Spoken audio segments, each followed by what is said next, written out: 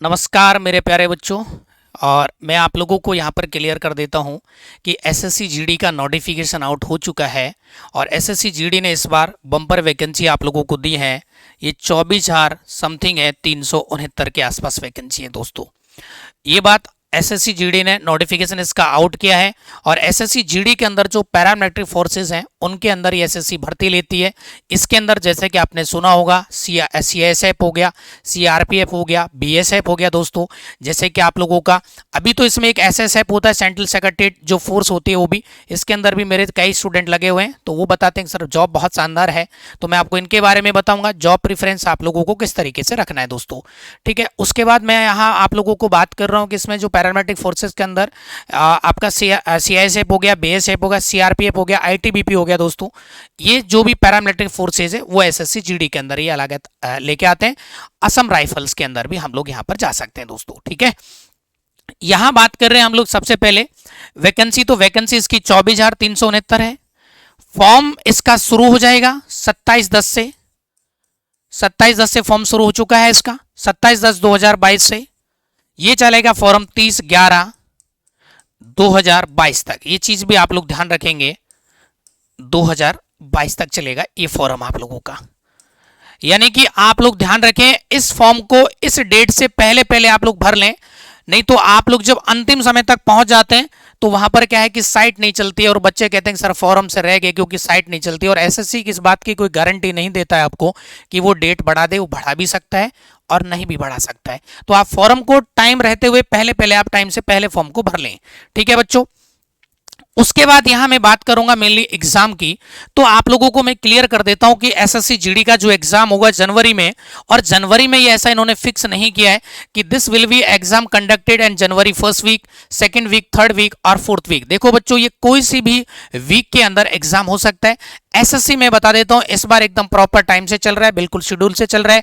इन्होंने जो SSC CGL का जो एग्जाम था उसकी डेट दिसंबर में दी थी और फर्स्ट वीक के अंदर ये एग्जाम शुरू हो गया है एसएससी सीजीएल का। तो जनवरी फर्स्ट वीक में भी हो सकता है, ये सेकंड वीक में, लेकिन हाँ ये गारंटी है अभी कि ये जनवरी के अंदर एग्जाम को कंप्लीट करा देंगे। जनवरी में आप लोगों का एग्जाम हो जाएगा। तो आप लोग तैयारी में जुड़ जाएं बहुत बेहतरीन तरीके से, और आप लोग इस चैनल को भी सब्सक्राइब कर लें। और मैं आप लोगों को इससे रिलेटेड एक अच्छा शानदार कॉन्सेप्ट लेके मैं आ रहा हूं आप लोगों को बहुत जल्दी, तो आप लोग इसको चैनल से जुड़ जाएं। ठीक है मेरे प्यारे बच्चों, ये जनवरी के अंदर आप लोगों का एग्जाम हो जाएगा जो कि 2023 में, यानी कि जनवरी 2023 के अंदर आप लोगों का एग्जाम यहां पर हो जाएगा। ये चीज आप लोगों को पता होनी चाहिए। ठीक है दोस्तों, उसके बाद ये लास्ट डेट वगैरह आप लोगों को यहां दे रखा है कि आपको बस ये ध्यान रखना है, इनसे आपको ज्यादा मतलब नहीं है। आप लोग इससे पहले ही काम अपना कर लें, फॉर्म भर दें आप लोग पहले ही। फॉर्म में कोई गलती नहीं होनी चाहिए, केयरफुली फॉर्म को भरना है, क्योंकि गलती करने के बाद यहां पर करेक्शन के लिए कोई ऑप्शन नहीं दिया है एसएससी ने, कोई डेट नहीं दी है। तो इस चीज का भी आप लोग ध्यान रखेंगे बच्चों। ठीक है, और बहुत अच्छी वैकेंसी है। हाँ, इसमें कुछ बदलाव किया है, थोड़ा सा पैटर्न जो है एग्जाम का उसको बदला है, और थोड़ा सा एज में आप लोगों को रिलैक्सेशन दिया गया है, एक छूट दी गई है एज में, उसके बारे में भी हम लोग बात करेंगे यहाँ पर। ठीक है बच्चों, आगे चलते हैं और मैं आपको और थोड़ा क्लियर करता हूँ छोटी छोटी बातें यहाँ पर। सबसे पहले बच्चों हम लोग वैकेंसीज की अगर बात कर रहे हैं तो वैकेंसी दे रखी है आप लोगों को। यहाँ पर सबसे ज्यादा वैकेंसी आप लोग देखेंगे कि टोटल वैकेंसी 24 और ये 24,369 टोटल हो रहा है। सबसे ज्यादा वैकेंसी है यहाँ पर बीएसएफ के अंदर, बॉर्डर सिक्योरिटी फोर्स, बीएसएफ के अंदर सबसे ज्यादा वैकेंसी है। उसके बाद सीआरपीएफ, ये सेंट्रल रिजर्व पुलिस फोर्स होता है, इसके अंदर है। ठीक है दोस्तों, उसके बाद एसएसबी ये जो दे रखा है, एसएसबी में यहाँ वैकेंसी जो आप लोगों को दे रखा है वो है 1284, और फिर आईटीबीपी के अंदर जो वैकेंसी है वो 1613 है, और असम राइफल सीआर जो है इसमें 1697, और एसएसएफ के अंदर वैकेंसी कम है 103 है, और इससे भी कम सीएसएफ में 100 वैकेंसी, और एक और डिपार्टमेंट इसमें ऐड किया गया NCB, narcotics department, narcotics bureau. ठीक है, तो इसके अंदर भी आप लोगों को वैकेंसी 164 दे रखा है। मैं आप लोगों को बच्चों क्लियर कर देता हूं कि आपको पोस्ट प्रेफरेंस किस तरीके से रखना है। अकॉर्डिंग टू मी, मेरे हिसाब से आप लोगों को सबसे पहले पोस्ट यहां प्रेफरेंस देना है, फर्स्ट नंबर के ऊपर आपको यहां देना है एसएसएफ। ठीक है बच्चों, उसके बाद मैं कहूंगा आप लोगों को सेकंड जो प्रेफरेंस देना है वो आप लोगों को देना है एनसीबी। ठीक है, आपको क्या देना है, एनसीबी। और तीसरा जो मैं आप लोगों को यहां पर बोलता हूं वो आपको देना है बच्चों सीआईएसएफ, यानी कि सेंट्रल इंडस्ट्रियल सिक्योरिटी फोर्स जो ये होता है आप लोग देखते हैं कि इसकी जॉब ज़्यादातर एयरपोर्ट वगैरह पे या इंडस्ट्रियल एरिया की सिक्योरिटी के अंदर होती है, जहाँ पर भी आप लोगों की नवरत्न कंपनियां हैं या नवरत्न जो भी चीज़ें हैं, या फिर जहाँ पर एयरपोर्ट हैं, उनकी जो सिक्योरिटी काम होता है वो सीआईएसएफ के पास होता है। ऐसे सब होता है बच्चों सेंट्रल सेक्रेटरीट फोर्स। ये जो फोर्स है ये आपको सेक्रेटरीट की सुरक्षा में लगाई जाती है। आपकी दिल्ली बेस्ड जॉब है, बहुत अच्छी जॉब है। नारकोटिक्स डिपार्टमेंट भी बहुत अच्छा है, ये डिपार्टमेंट बहुत अच्छा है। इसमें थोड़ा काम करना रिस्की रहता है, बाकी पैसा बहुत अच्छा है, सैलरी भी आपको ठीक मिलेगी, और आप लोग अगर अच्छा कमाना चाहते हैं तो आप लोग समझ पा रहे हैं मैं क्या कह रहा हूं, उस तरह का पैसा भी कहीं ना कहीं इसमें मिल जाएगा आपको। ठीक है, थोड़ा रिस्की जॉब रहता है। लेकिन उसके बाद बच्चों ये 3 जो जॉब है इसके अंदर, ये बहुत इंपॉर्टेंट जॉब है, लेकिन इनकी वैकेंसी बहुत कम है। आप लोग देख पा रहे हैं कि जो एनसीबी है इसकी तो 164 टोटल ही वैकेंसी है, इसकी वैकेंसी 164 है। और आप देख पा रहे हैं यहाँ पर कि जो एसएसएफ है इसकी वैकेंसी 103 ही है। तो वैकेंसी बहुत कम है, और सीआईएसएफ के अंदर तो और भी कम रखी है इस बार इन्होंने, मात्र 100 वैकेंसी है बच्चों सीआईएसएफ के अंदर। उसके बाद आप लोग यहां पर भर सकते हैं एसएसबी। इसके बाद चौथे नंबर पे आप लोग प्रेफरेंस देंगे, एसएसबी ले सकते हैं मेरे हिसाब से, क्योंकि ये जॉब भी अच्छी होती है। ठीक है, उसके बाद आप लोग बच्चे ये जो असम राइफल्स, बीएसएफ और एक सीआरपीएफ, इनमें से आप लोग अपने हिसाब से भी देख सकते हैं कि आपको बीएसएफ ज्यादा ठीक लगता है या सीआरपीएफ। देखिए दोनों ही जॉब अच्छी हैं, लेकिन थोड़ा सा ये भी सेंसिटिव एरिया में जॉब रहता है, ये आपका बॉर्डर पे रहता है। ठीक है, जहां नक्सलवादी एरिया है वहां पर आप सीआरपीएफ में रहते हैं, और ये बीएसएफ जो है ये हमेशा बॉर्डर पे आप लोग रहेंगे। ठीक है, मेन काम आपका सिक्योरिटी का होता है, बॉर्डर सिक्योरिटी का काम रहेगा बीएसएफ के अंदर। और उसके बाद बच्चों ये जो असम राइफल है ये भी आप लोग इसी के through SSC GD Assam rifle में भर्ती लेता है, तो आप लोग असम राइफल को भी आप लोग यहाँ पर देख सकते हैं। 5 नंबर और 6 नंबर पे इन दोनों में से कोई भर सकते हैं, और मैं भी यही कहूंगा आपको, फिर आप लोग ये असम राइफल एआर भी देख सकते हैं। ये तीनों में से आप अपने हिसाब से जैसे भी आपको जॉब ठीक लग रहा है आप इसको प्रेफरेंस दें। बाकी जो मैंने आप लोगों को आपका जॉब मतलब उसको देखते हुए सिक्योरिटी को, अच्छा आप लोगों का जॉब लोकेशन वगैरह वो सब देखते हुए मैंने आपको प्रेफरेंस बता दिया है। अच्छी जॉब है, उनमें थोड़ा सा वर्कलोड कम रहता है, और यहाँ आप लोगों को थोड़ा बॉर्डर सिक्योरिटी सीआरपीएफ इसमें ज़्यादा थोड़ा आप लोगों को रहेगा काम। ठीक है दोस्तों, ये वैकेंसियों के बारे में बात थी। अब चलते हैं हम लोग आगे। यहां एज रिलैक्सेशन की बात कर रहा हूं मैं, तो 3 साल की छूट दी गई है इसमें। देखें, आफ्टर रिलैक्सेशन 3 इयर्स, यानी कि आप लोग 18 से 23 तक फॉर्म भर सकते हैं, लेकिन आपको जब 3 साल की छूट मिली है तो ये फॉर्म का हो जाता है 18 साल से, और 26 साल तक का आप फॉर्म भर सकते हैं। ध्यान रखें, यहां पर जो है आप लोगों को दिया गया है कि कोई भी जो आपका ये जर्नल जो कैंडिडेट है वो 2/1/1997 से पहले का नहीं होना चाहिए, उसके बाद वो कभी का भी हो वो फॉर्म भर देगा। जर्नल क्या, चाहे वो ओबीसी का हो, चाहे वो एससी एसटी का, किसी भी कैटेगरी का हो, वो आराम से फॉर्म भर पाएगा। लेकिन ध्यान रखें, जर्नल का जो बच्चा है वो 1 जनवरी का भी नहीं होना चाहिए, जनवरी 1997, वो 2 जनवरी वाले जो बच्चे हैं या 2 जनवरी के बाद वाले जो बच्चे हैं वो सारे के सारे फॉर्म भर सकते हैं। थोड़ा सा एज रिलेक्शंस के बारे में हम लोग जब बात करते हैं तो ओबीसी को 3 साल का छूट है, आप लोगों को पता है। तो ओबीसी वाला 2/1/3 साल 1994 ये भी भर सकते हैं, और जो ये ओबीसी वाला है।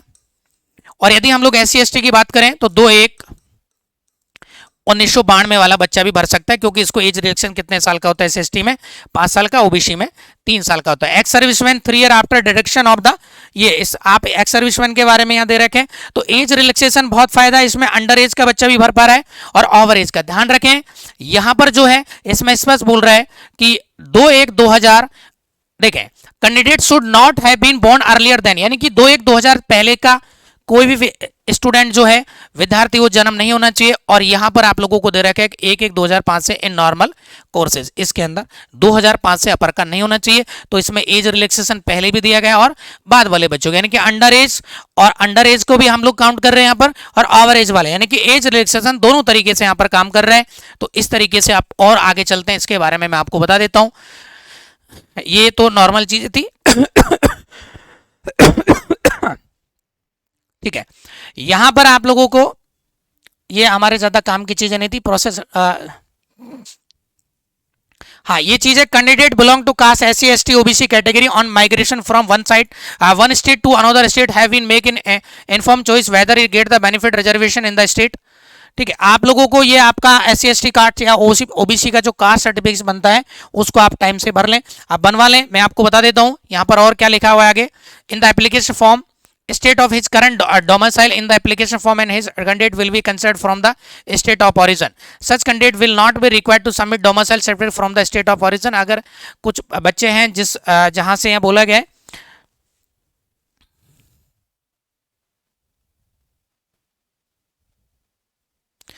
जहां का बच्चा है वो अपनी इंफॉर्मेशन भरेगा और वो भर रहा है तो यहाँ पर उसका डोमिसाइल लग जाएगा और वो मान्य होगा। ठीक है, ये इसमें ज़्यादा कुछ ऐसा खास नहीं है। और आगे हम लोग चलते हैं तो देखिए यहाँ एनसीसी का जो सर्टिफिकेट है सी सर्टिफिकेट, इसमें आप लोगों को 5% मार्क्स मिलेगा और मैक्सिमम जो मार्क्स होगा, तो मैं आपको मार्क्स के बारे में बताऊंगा कि इसमें 160 मार्क्स का है तो 160 का 5% यानी कि जिसके पास सी सर्टिफिकेट है उसके 8 अंक मिलेंगे और जिसके पास बी सर्टिफिकेट उसको 3 अंक यानी कि 160 का 3% ये 4.8 अंक मिलेगा और जिसके पास ए सर्टिफिकेट है उसको 160 का 2%, तो इसको फायदा मिलेगा यहां पर 3.2 अंक का। ठीक है बच्चों, अगर आपके पास एनसीसी का सी सर्टिफिकेट है तो आपको 5% यानी कि टोटल मार्क्स का पेपर है जो आपका 160 का है उसका 5% आपको 8 अंक मिलेगा।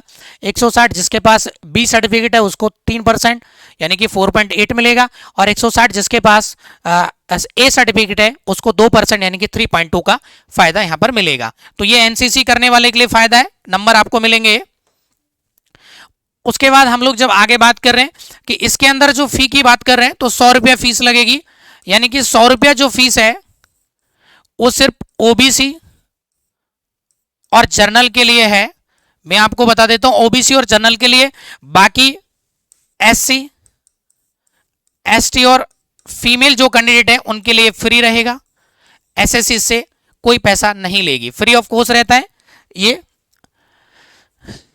ठीक है, उसके बाद ये आप लोगों के एग्जाम सेंटर्स दे रखे हैं, ये एग्जाम सेंटर्स आप लोग देख लें एक बार जहां आपके नियर अबाउट पड़ता है, जो आपको सही रहेगा आपका जाने आने की, वहां पर कम्युनिकेशन ठीक है, ट्रांसपोर्ट का कम्युनिकेशन ठीक हो रहा है, आप लोग वहां अपने हिसाब से ये चॉइस देख लें कि आपको कौन सा सेंटर यहां पर भरना है। ठीक है बच्चों, आगे हम लोग जब चलते हैं तो यहां पर दे रखा है कि इसमें थोड़ा सा आप देखें कंप्यूटर बेस्ड एग्जाम के अंदर क्या होने वाला है, मैं आपको बता देता हूं कि इसमें 4 पार्ट्स हैं, जनरल इंटेलिजेंस एंड रीजनिंग। इसके अंदर आप लोगों को 20 क्वेश्चन आने हैं और ये 40 अंक के होंगे, यानी कि एक सवाल जो है यहां पर 2 अंक का है तो 20 कितने का हो गया, 40 का। ऐसे ही आपका जो जीके वाला जनरल अवेयरनेस और जीके का पार्ट है इसमें भी 20 अंक आने। ठीक है, ये तो आप लोगों का रीजनिंग हो गया है, ये हो गया है आपका जीके जीएस का। ठीक है, इसमें बोल रहे हैं कि general knowledge and general awareness, यानी कि जीएस नहीं है, ओनली जीए है, ध्यान रखें। ये भी इसमें भी 20 क्वेश्चन आने हैं और इनके मार्क्स भी 40 ही रहना है। उसके बाद एलिमेंट्री मैथमेटिक्स है, मैथ यहां पर सिर्फ एलिमेंट्री है। एलिमेंट्री मैथमेटिक्स के अंदर आप लोगों को पता है कि एडवांस मैथ का पार्ट नहीं आता है, सिर्फ इसमें 2D और 3D का छोटा सा पार्ट आता है, बाकी ना तो इसके अंदर त्रिकोणमिति, ज्योमेट्री, ना आप लोगों का अलजेब्रा, इस तरह का कोई भी सवाल यहां पर नहीं आएगा, सिर्फ नॉर्मल सवाल आएंगे और सिर्फ आपका क्षेत्रमिति और आयतन में से यहां पर आप लोगों को सवाल मिलेंगे। इसके भी 20 सवाल आने और ये भी 40 अंक की होगी। ठीक है दोस्तों, उसके बाद इंग्लिश और हिंदी, ये आप लोग इनमें से कोई भी एक सब्जेक्ट आप चूज कर सकते हैं, जो आपका सबसे बेहतरीन है आप वो लें। इसके भी 20 सवाल आएंगे और यहां पर ये भी 40 अंक के होंगे, यानी कि एक अंक यहां पर, सॉरी एक सवाल यहां पर कितने अंक का है बच्चों, 2 अंक का है। तो जो 20 सवाल आ रहे हैं वो कितने अंक के बनेंगे, यहां पर 40 अंक का बनेगा। ठीक है, हिंदी और इंग्लिश में से आप एक सब्जेक्ट कोई भी चूज कर सकते हैं और ध्यान रखें आपके जब टोटल मार्क्स यानी कि टोटल जो क्वेश्चन बनेगा वो यहां पर बनेगा 80। ठीक है, और टोटल जो मार्क्स बनेगा इसका, एक क्वेश्चन 2 अंक का है तो टोटल मार्क्स बनेगा 160। ठीक है बच्चों, और टाइम का जो ड्यूरेशन रहेगा, यहां जो टाइम मिलेगा आपको ये 80 क्वेश्चन करने के लिए, दैट इज 60 मिनट। पहले आप लोगों को 100 सवाल करने थे, यानी कि 25-25 आते थे पहले एसएससी जीडी में, अभी आप लोगों का 20-20 आ रहा है। वहां पर आपको टाइम दिया जाता था 1.5 घंटे के आसपास आपको टाइम मिलता था, यानी कि 90 मिनट्स का टाइम था, लेकिन यहां पर टाइम आप लोगों को क्या है 60 मिनट कर दिया है। कहीं ना कहीं आप लोग देख रहे हैं तो टाइम आपका थोड़ा सा यहाँ पर कम हो गया है, तो आपको यहाँ स्पीड की जरूरत है, आप लोगों को ढंग से तैयारी की जरूरत है, प्रैक्टिस की आपको जरूरत है, ताकि आपका स्पीड मेंटेन रहे। उसके बाद देखें थोड़ा सा सिलेबस के बारे में बात कर रहे हैं, तो एनालिटिकल एप्टीट्यूड ये रीजनिंग का पार्ट है। Ability observe distance patterns of through questions, principally non verbal types होंगे। ठीक है, ज्यादा इसमें ऐसा कुछ नहीं है। और figure, classification, arithmetic, number series, non verbal series, coding and decoding etc है। मैं आप लोगों को जनरल अवेयरनेस के बारे में यदि हम लोग बात करते हैं, question in the component will be aim to testing the candidates general awareness of the environment around him, यानी कि कोई भी जो कैंडिडेट एग्जाम में बैठेगा उसके आसपास के एरिया में अपने देश के अंदर क्या चल रहा है उससे रिलेटेड सवाल पूछ सकता है।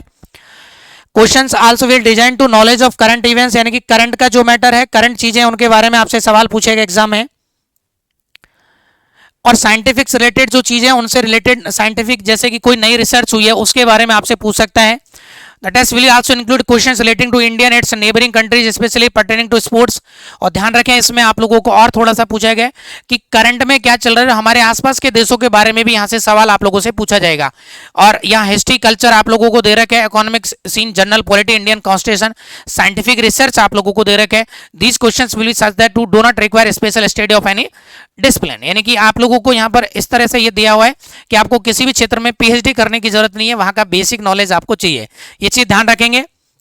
मैथ्स के अंदर देखते हैं question relating to number system. Number system से आएगा, जैसे नंबर सिस्टम के अंदर आपको पता है कि परिमेय संख्याएं, अपरिमेय संख्याएं, ठीक है, कंपोजिट नंबर्स, प्राइम नंबर्स, अभाज्य संख्याएं, भाज्य संख्याएं, इस तरह के जो है डेसिमल्स का पार्ट है, ठीक है, वो सब चीजें यहां पर आएगा। उसके बाद whole numbers, decimals and fractions आपको दे रखे है। परसेंटेज, परसेंटेज आप लोगों को यहां पर दिया हुआ है।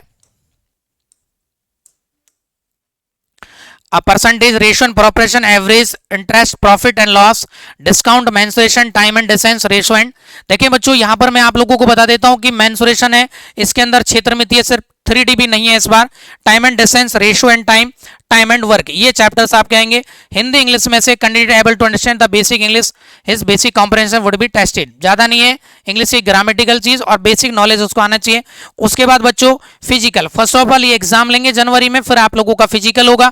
फिजिकल के बारे में यदि हम लोग बात कर रहे हैं तो ये थोड़ा सा मैं आप लोगों को क्लियर कर देता हूं कि 5 किलोमीटर की जो रेस होगी वो 24 मिनट में आपको करनी होगी, और महिलाओं को जो है 1600 मीटर की जो रेस होगी वो 8.5 मिनट में करनी होगी, ठीक है, चाहे कैंडिडेट किसी भी।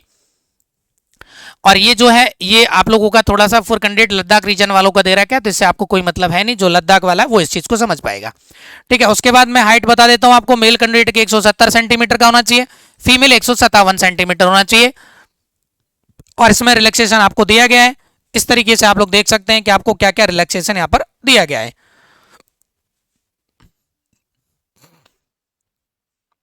चेस्ट जो है विदाउट यानी कि फुलाव के साथ, आप फुलाने से पहले आपका 80 सेंटीमीटर होना चाहिए, और फुलाव के साथ 5, आपको बोला गया कि मिनिमम एक्सपेंस कम से कम आपका 5 सेंटीमीटर आप लोग फुला सकते हैं, कम से कम 5 सेंटीमीटर आपको फुलाना पड़ेगा यहाँ पर। ये आप लोगों को चेस्ट के बारे में दे रखा था। वेट जो होता है अकॉर्डिंग टू एज पर मेडिकल स्टैंडर्ड्स। उसके बाद आपका फिजिकल हो जाएगा, देन आप लोगों का होगा मेडिकल, और मेडिकल में आप लोगों को चेकअप होगा आपका, देन आप लोगों को मेरिट आएगी, उसके बाद आप लोगों का फाइनल सिलेक्शन होता है बच्चों। इस तरीके से ये प्रोसेस होता है। मैं बता देता हूं कि वैकेंसी जो है, पिछले लॉकडाउन के बच्चे बैठे हुए हैं, आपके कोरोना काल के बच्चे बैठे हुए हैं, तो सारे बच्चे फॉर्म भरेंगे। फॉर्म लगभग इसका 70-80 लाख करोड़ तक भी पहुंच सकता है, और जमकर आप लोग बच्चों तैयारी करें। आपका सिलेक्शन होता है जब आप मेहनत लगातार करते हैं, तो इस बात को आप लोग ध्यान में रखें। और इससे रिलेटेड आपको और क्वेरी है तो आप लोगों को मेरे टेलीग्राम चैनल है मिशन ड्रीम एजुकेशन के नाम से, आप उसको सर्च कर लें और वहां पर एक बार इसका नोटिफिकेशन को क्लियर कर लें, और वहां पर और थोड़ा सा आप लोग स्टडी कर सकते हैं कि फोटो आप लोगों को किस तरह का होना चाहिए और साइन आप लोगों के किस तरह के होने चाहिए, ठीक है। और ज्यादा आप लोगों को यहाँ पर आपको ज्यादा समझने की जरूरत नहीं है। बाकी ये ध्यान रखें कि गलती आप नहीं करें फॉर्म में, और फॉर्म को आप लोग टाइम से पहले भर लें, ठीक है। ये जो चीजें मैंने आपको इस रोजगार एसएससी जीडी नोटिफिकेशन से जो चीजें क्लियर की हैं, ये आपको उम्मीद करता हूं कि मैं क्लियर हो गया होगा, और आप फॉर्म भरने से पहले एक बार इस जरूर वीडियो को आप लोग देख लें ताकि आपको चीजें क्लियर हो जाएं। आप लोगों के लिए ही ये वीडियो था, और एसएससी बिल्कुल टाइम पे एग्जाम कराएगा, इसलिए अपनी तैयारी को बहुत अच्छे से रखें। All the best. Thank you for watching this video. Thank you so much.